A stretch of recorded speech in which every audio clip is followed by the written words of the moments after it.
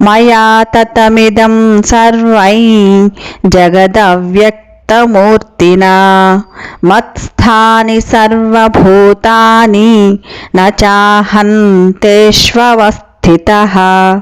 గాలి ఇంట్లో, బయట, చెట్లలో, మన శరీరంలో అన్నిటిలో ఉంది. కానీ ఏ ఒక్క వస్తువుకి పరిమితం కాదు. ఒక విద్యుత్ లైను నుండి కరెంటు అన్ని ఇళ్లకు వెళ్తుంది. ప్రతి బల్బులో కాంతి ఉంటుంది. కానీ కరెంటు ఒక్క బల్బులోనే బంధింపబడదు.